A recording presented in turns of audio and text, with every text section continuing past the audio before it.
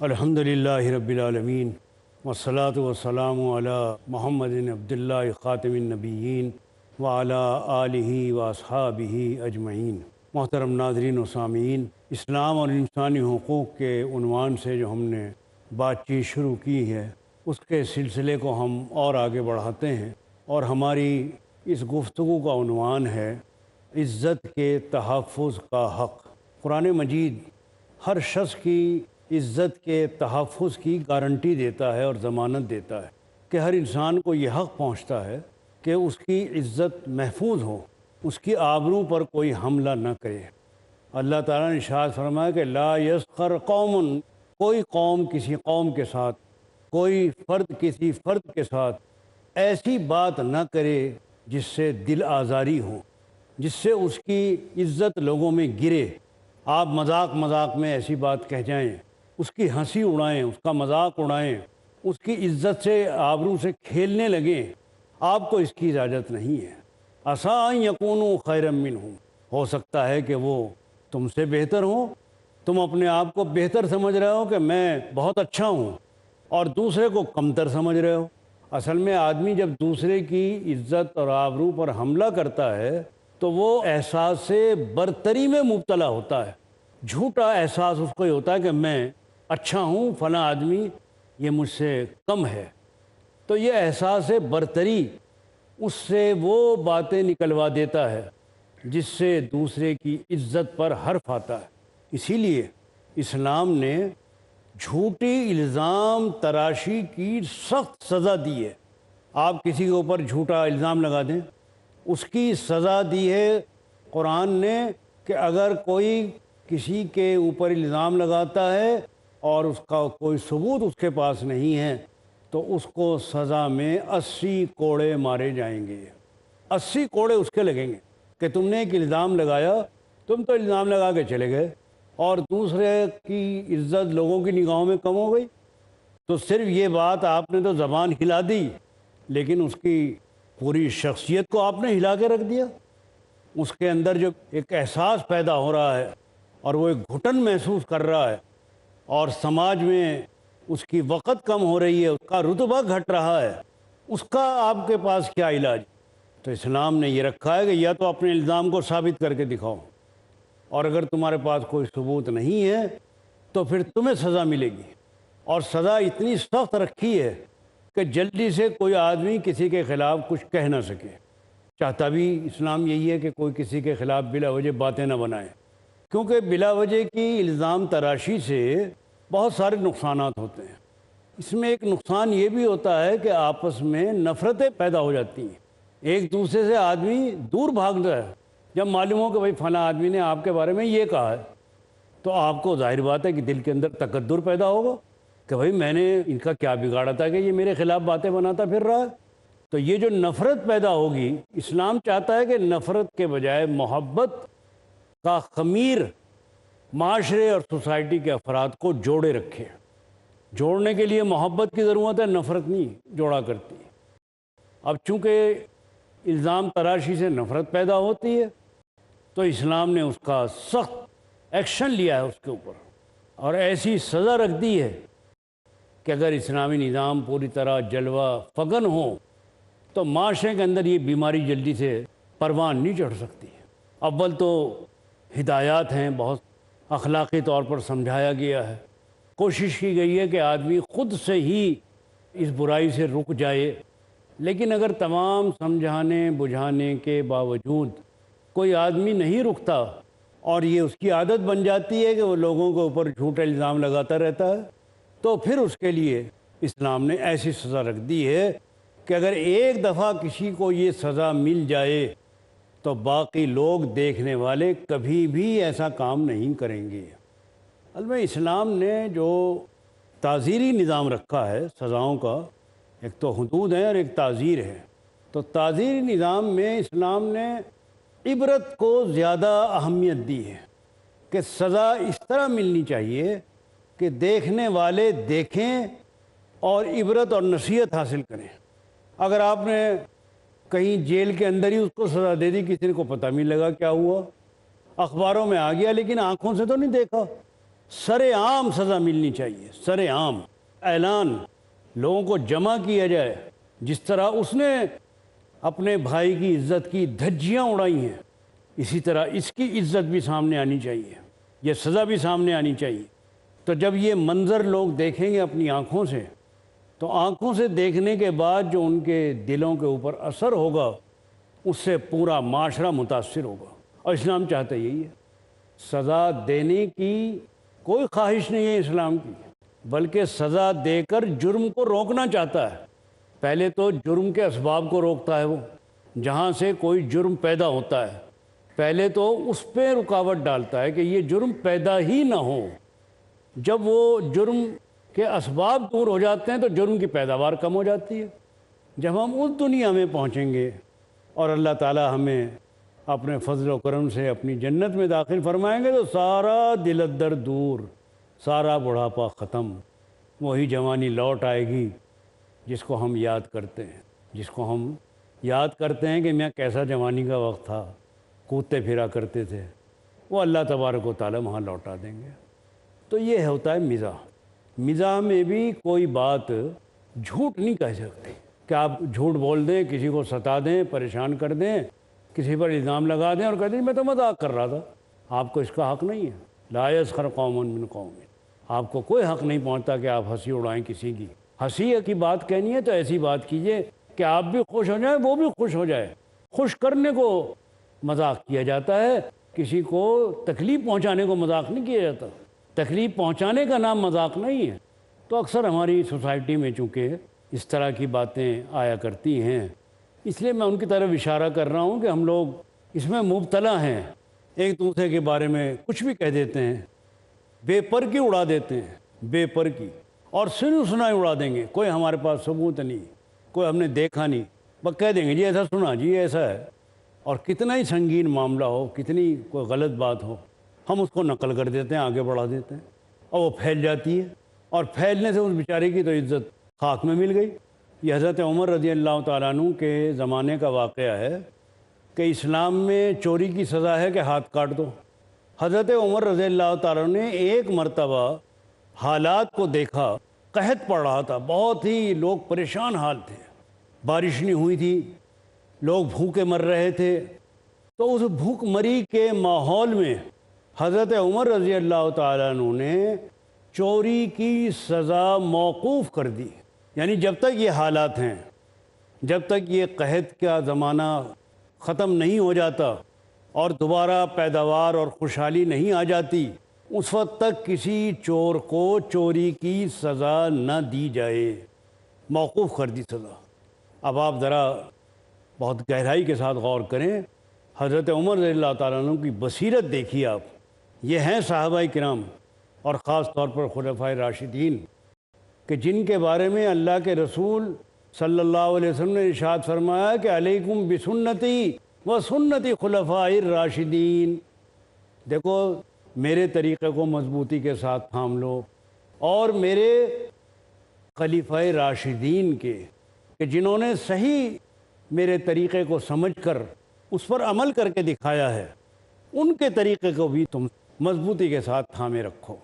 علیکم بسنتی و سنتی خلفائے الراشدین، اس لیے خلفائے راشدین کے عمل کو سامنے رکھ کے عمل کرنا دراصل اللہ کے رسول کی سنت پر ہی عمل کرنا ہے۔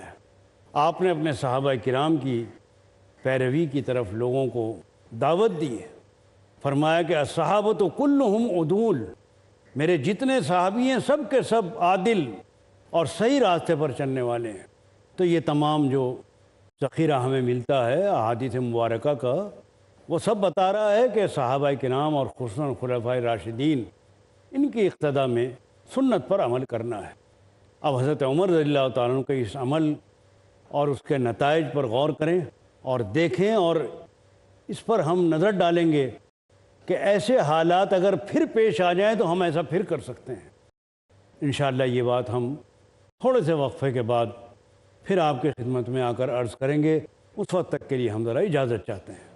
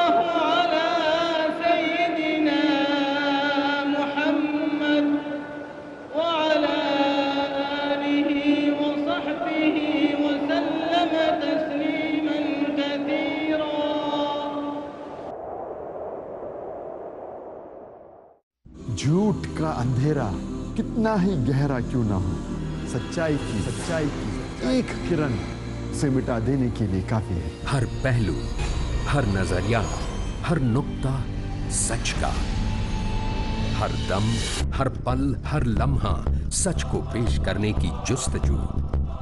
آئیے میرے ساتھ اور حق کو جانیے۔ عالم انسانیت کے لیے سچائی کی روشنی۔ ڈاکٹر ذاکر نائک پیش کریں گے اظہار حق، آج رات 10 بجے اور دوبارہ صبح 8:30 بجے انڈیا میں، پیس ٹی وی اردو پر۔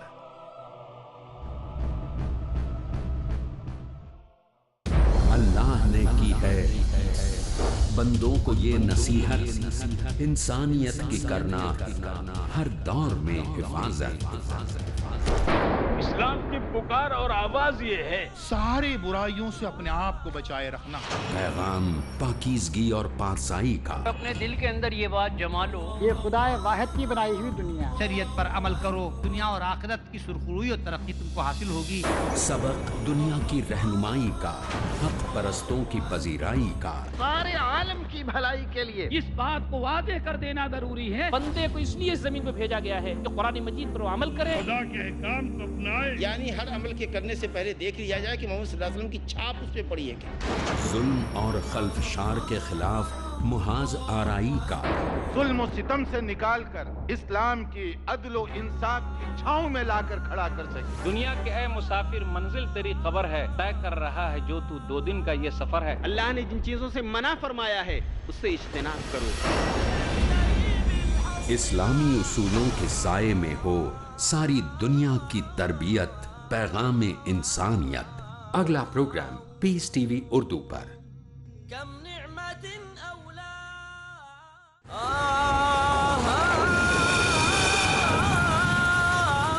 محترم ناظرین، مختصر سے وقفے کے بعد ہم پھر آپ کی خدمت میں حاضر ہیں۔ گفتگو چل رہی تھی حضرت عمر رضی اللہ تعالیٰ عنہ کے اس عمل کی کہ قحط کے زمانے میں جب کہ بھوک مری ہو رہی تھی، آپ نے چوری کی سزا موقوف کر دی۔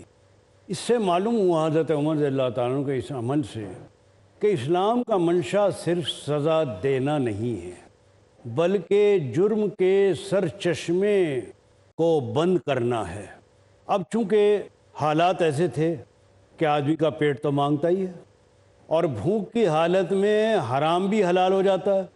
فمن اضطر غیر باغ ولا عاد فلا اثم علیہ۔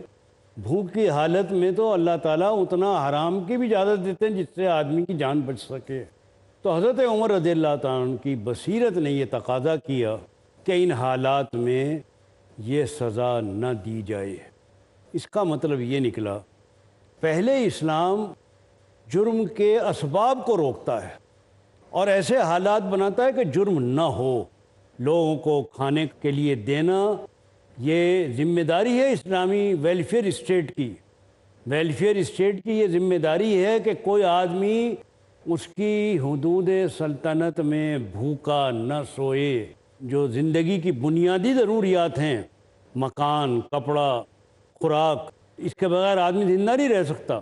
سر چھپانے کو جگہ چاہیے، اسے پہننے کو اسے کپڑا چاہیے سردی اور گرمی سے بچاؤ کے لیے، کھانے کو اس کو روٹی چاہیے۔ ایک فلاحی حکومت، ایک ویلفیئر اسٹیٹ کی یہ ذمہ داری ہے کہ وہ اپنے ملک کے رہنے والوں کے لیے اس کا بندوبست کرے۔ اگر یہ بندوبست نہیں ہو رہا ہے تو اس کو سزا دینے کا حق نہیں ہے۔ تو پہلے یہ ماحول پیدا کیا جائے کہ لوگوں کی ضروریات پوری ہو رہی ہیں اور کسی کی کوئی ضرورت نہیں رک رہی ہے۔ ماحول پاکیزہ صاف ستھرا ہے، غلط راستے پر چلنے کی کوئی ضرورت نہیں ہے، شادی کرنا بہت آسان ہے، نکاح پر کوئی خرچہ نہیں آ رہا ہے، کوئی دشواری پیش نہیں آ رہی ہے، ہر غریب آدمی بھی شادی کر سکتا ہے، امیر بھی شادی کر سکتا ہے۔ ماحول میں کوئی ایسی گندگی نہیں ہے جو شرم و حیا کے تقاضوں کے خلاف ہو۔ جب یہ ماحول پیدا ہو جائے پھر بھی کوئی اگر غلط حرکت کرتا ہے پھر سزا دی جائے گی۔ تو بات جو چل رہی تھی وہ یہ ہے کہ عزت کے تحفظ کا حق ہے۔ ہر آدمی کی عزت عزت ہے، چاہے چھوٹا ہو چاہے بڑا ہو۔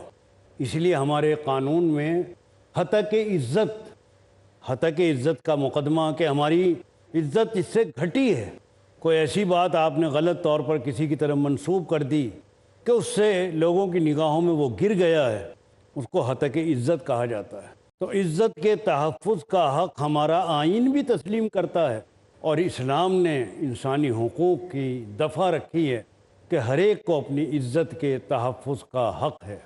کسی کو حق نہیں پہنچتا کہ دوسرے کی بے عزتی کرے، اور جو وجہ ہوا کرتی ہے بے عزتی کرنے کی وہ ہوتا ہے احساس برتری۔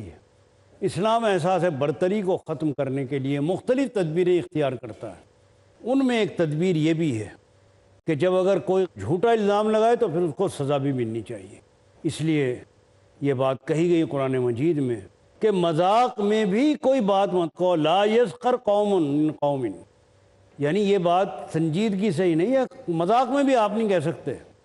آپ مذاق میں ایسی بات کہہ رہے ہیں، کہنے کو تو وہ مذاق ہو گیا، اس لیے کہ اسلام میں جھوٹ مذاق میں بھی نہیں بولا جا سکتا۔ اللہ کے رسول صلی اللہ علیہ وسلم کے بہت سارے واقعات ہیں جس میں آپ نے مزاح کیا ہے۔ مزاح کا مطلب یعنی کوئی ایسی بات جس سے دوسرے کا دل خوش ہو جائے، اس کو مزاح کہا جاتا ہے۔ جیسے ایک چھوٹا سا واقعہ حدیث میں آتا ہے کہ ایک بڑی بی آئیں اور آ کر اللہ کے نبی صلی اللہ علیہ وسلم سے عرض کیا کہ اللہ کے رسول آپ میرے لیے دعا فرمائیں کہ اللہ تعالیٰ مجھے جنت عطا فرما دے۔ آپ نے بطور مزاح بڑی بی سے کہا کہ بڑی بی، بوڑھیاں تو جنت میں جائیں گی نہیں۔ بوڑھیا یہ سن کر رونے لگی۔ جب رونے لگی تو آپ نے تسلی دی اور فرمایا کہ بڑی بی، جب بوڑھیاں جنت میں جائیں گی تو جوان ہو جائیں گی، جوان ہو کر جائیں گی۔ اب یہ مزاح بھی ہو گیا، بڑی بی ہنسنے لگی، خوش ہو گئی کہ بھائی میری تو جوانی بھی آ جائے گی اور جنت بھی مل جائے گی۔ اب یہ مزاح بھی ہو گیا، بڑی بی کا دل خوش بھی ہو گیا، ان کے ہونٹوں پر ہنسی بھی آ گئی، اور ایک مسئلہ بھی معلوم ہو گیا۔ مسئلہ یہ معلوم ہو گیا کہ جنت میں بڑھاپا نہیں ہوگا۔ آج ہم بڑھاپے کی وجہ سے بڑے پریشان ہوتے ہیں، بھائی گھٹنے میں تکلیف ہے، یہاں تکلیف ہے، وہاں تکلیف ہے۔ یہ ساری تکلیفیں اور بڑھاپا دنیا تک ہے۔ جب ہم اس دنیا میں پہنچیں گے اور اللہ تعالی ہمیں اپنے فضل و کرم سے اپنی جنت میں داخل فرمائیں گے تو سارا دل درد دور، سارا بڑھاپا ختم، وہی جوانی لوٹ آئے گی جس کو ہم یاد کرتے ہیں، جس کو ہم یاد کرتے ہیں کہ میں کیسا جوانی کا وقت تھا، کودتے پھرا کرتے تھے، وہ اللہ تبارک و تعالی وہاں لوٹا دیں گے۔ تو یہ ہوتا ہے مزاح۔ مزاح میں بھی کوئی بات جھوٹ نہیں کہہ سکتی کہ آپ جھوٹ بول دیں، کسی کو ستا دیں، پریشان کر دیں، کسی پر الزام لگا دیں اور کہہ دیں میں تو مذاق کر رہا تھا۔ آپ کو اس کا حق نہیں ہے۔ لا یسخر قوم من قوم، آپ کو کوئی حق نہیں پہنچتا کہ آپ ہنسی اڑائیں کسی کی۔ ہنسی کی بات کہنی ہے تو ایسی بات کیجئے کہ آپ بھی خوش ہو جائیں، وہ بھی خوش ہو جائے۔ خوش کرنے کو مذاق کیا جاتا ہے، کسی کو تکلیف پہنچانے کو مذاق نہیں کیا جاتا۔ تکلیف پہنچانے کا نام مذاق نہیں ہے۔ تو اکثر ہماری سوسائٹی میں چونکہ اس طرح کی باتیں آیا کرتی ہیں، اس لیے میں ان کی طرف اشارہ کر رہا ہوں کہ ہم لوگ اس میں مبتلا ہیں، ایک دوسرے کے بارے میں کچھ بھی کہہ دیتے ہیں، بے پر کی اڑا دیتے ہیں، بے پر کی، اور سنی سنائی اڑا دیں گے۔ کوئی ہمارے پاس ثبوت نہیں، کوئی ہم نے دیکھا نہیں، بس کہہ دیں گے جی ایسا سنا، جی ایسا ہے۔ اور کتنا ہی سنگین معاملہ ہو، کتنی کوئی غلط بات ہو، ہم اس کو نقل کر دیتے ہیں، آگے بڑھا دیتے ہیں، اور وہ پھیل جاتی ہے، اور پھیلنے سے اس بیچارے کی تو عزت خاک میں مل گئی۔ اب وہ کس کس سے کہتا پھرے کہ بھائی یہ سب غلط ہے، جھوٹ ہے، کہاں کہاں جا کے تردید کرتا پھرے۔ ہمارے اخبارات میں اکثر غلط بیان، غلط باتیں چھپ جاتی ہیں، بعد میں جب اس کی تردید کرو تو تردید چھوٹی سی چھاپ دیں گے۔ کسی کے بارے میں غلط بات ہوگی اس کو تو بہت بڑا کر کے چھاپیں گے اپنے اخبار بیچنے کے واسطے۔ اگر کسی مشہور آدمی کے بارے میں، معروف آدمی کے بارے میں، پھر تو بہت ہی اچھال دیں گے اس کو، اور بعد میں جب تردید کرے گا کہ بھائی میں نے تو یہ بات کہی نہیں، نہ یہ ایسا ہوا، تو اس کی تردید چھوٹی سی کہیں چھاپ دیں گے، لوگوں کی نظروں سے گزرے نہ گزرے۔ اسلام نے ان تمام چیزوں پر روک لگائی ہے اور یہ کہا کہ ہر ایک کو اپنی عزت کے تحفظ کا حق پہنچتا ہے، اور کسی کو بھی یہ حق نہیں دیا جا سکتا کہ وہ دوسرے کی عزت سے کھلواڑ کرے۔ اس لیے اسلام میں انسانی حقوق کی ایک بہت اہم دفعہ ہے عزت کے تحفظ کا حق۔ اب دیکھیے کہ قرآن مجید کس طرح ہماری زندگی کے تمام گوشوں سے بحث کر رہا ہے اور کس طرح ہماری زندگی کو بنانے اور سنوارنے کے لیے ہدایات دے رہا ہے۔ اگر ان ہدایات پر پورے طور پر عمل کیا جائے تو ہم یقین سے کہہ سکتے ہیں کہ معاشرے میں جو یہ افراتفری ہے اور یہ بے چینی جو ہم دیکھتے ہیں، اور وہ قربت اور وہ محبت اور وہ تعلق اور وہ خلوص جو کسی معاشرے کو جاندار بناتا ہے، آپ دیکھیں گے کہ اگر اس پر عمل کیا جائے تو کتنا اس سے فائدہ ہو سکتا ہے، کتنے ہمارے دکھ اور کتنی بیماریاں ختم ہو سکتی ہیں۔ تو بات صرف بات برائے بات نہیں ہے، بلکہ ان سب باتوں کے یاد دلانے کا منشا ہی یہ ہے کہ اس کے قائم کرنے کے لیے کسی بڑی طاقت کی ضرورت نہیں ہے۔ یہ ہماری اخلاقی قوت ایسی ہونی چاہیے، ہمارے اخلاق ایسے بننے چاہیے کہ ہم از خود ہی ان باتوں سے دور رہیں اور اپنے کسی بھائی کا دل نہ دکھائیں۔ کسی نے بڑا اچھا کہا ہے کہ انیس ٹھیس نہ لگ جائے آپ گینوں کو، خیال خاطر احباب چاہیے ہر دم، انیس ٹھیس نہ لگ جائے آپ گینوں کو۔ آپ گینا کہتے ہیں شیشے کو، جیسے شیشہ ذرا سی ٹھیس لگنے سے اس کے اندر تیڑ آ جاتی ہے، ٹوٹ جاتا ہے، چونکہ شیشہ ہے، کوئی پتھر تو ہے نہیں۔ اسی طرح انسان کا دل آپ گینے کی طرح ہے، اس میں بال آ جاتا ہے۔ اسلام چاہتا ہے کہ نفرت کے بجائے محبت کا خمیر معاشرے اور سوسائٹی کے افراد کو جوڑے رکھے۔ جوڑنے کے لیے محبت کی ضرورت ہے، نفرت نہیں جوڑا کرتی۔ اب چونکہ الزام تراشی سے نفرت پیدا ہوتی ہے تو اسلام نے اس کا سخت ایکشن لیا ہے اس کے اوپر، اور ایسی سزا رکھ دی ہے کہ اگر اسلامی نظام پوری طرح جلوہ فگن ہو تو معاشرے کے اندر یہ بیماری جلدی سے پروان نہیں چڑھ سکتی۔ اول تو ہدایات ہیں، بہت اخلاقی طور پر سمجھایا گیا ہے، کوشش کی گئی ہے کہ آدمی خود سے ہی اس برائی سے رک جائے، لیکن اگر تمام سمجھانے بجھانے کے باوجود کوئی آدمی نہیں رکتا اور یہ اس کی عادت بن جاتی ہے کہ وہ لوگوں کے اوپر جھوٹے الزام لگاتا رہتا ہے، تو پھر اس کے لیے اسلام نے ایسی سزا رکھ دی ہے کہ اگر ایک دفعہ کسی کو یہ سزا مل جائے تو باقی لوگ دیکھنے والے کبھی بھی ایسا کام نہیں کریں گے۔ البتہ اسلام نے جو تعزیری نظام رکھا ہے سزاؤں کا، ایک تو حدود ہے اور ایک تعزیر ہے، تو تعزیری نظام میں اسلام نے عبرت کو زیادہ اہمیت دی ہے کہ سزا اس طرح ملنی چاہیے کہ دیکھنے والے دیکھیں اور عبرت اور نصیحت حاصل کریں۔ اگر آپ نے کہیں جیل کے اندر ہی اس کو سزا دے دی، کسی کو پتہ نہیں لگا کیا ہوا، اخباروں میں آ گیا لیکن آنکھوں سے تو نہیں دیکھا، سر عام سزا ملنی چاہیے، سر عام اعلان، لوگوں کو جمع کیا جائے۔ جس طرح اس نے اپنے بھائی کی عزت کی دھجیاں اڑائی ہیں، اسی طرح اس کی عزت بھی سامنے آنی چاہیے، یہ سزا بھی سامنے آنی چاہیے۔ تو جب یہ منظر لوگ دیکھیں گے اپنی آنکھوں سے، تو آنکھوں سے دیکھنے کے بعد جو ان کے دلوں کے اوپر اثر ہوگا اس سے پورا معاشرہ متاثر ہوگا، اور اسلام چاہتا یہی ہے۔ تو ہمیں اپنے گفتگو میں اپنے دوستوں کے، اپنے بھائیوں کے، اپنے عزیزوں کے جذبات کا خیال رکھنا چاہیے۔ خیال خاطر احباب چاہیے ہر دم، انیس ٹھیس نہ لگ جائے آپ گینوں کو۔ السلام علیکم ورحمۃ اللہ وبرکاتہ۔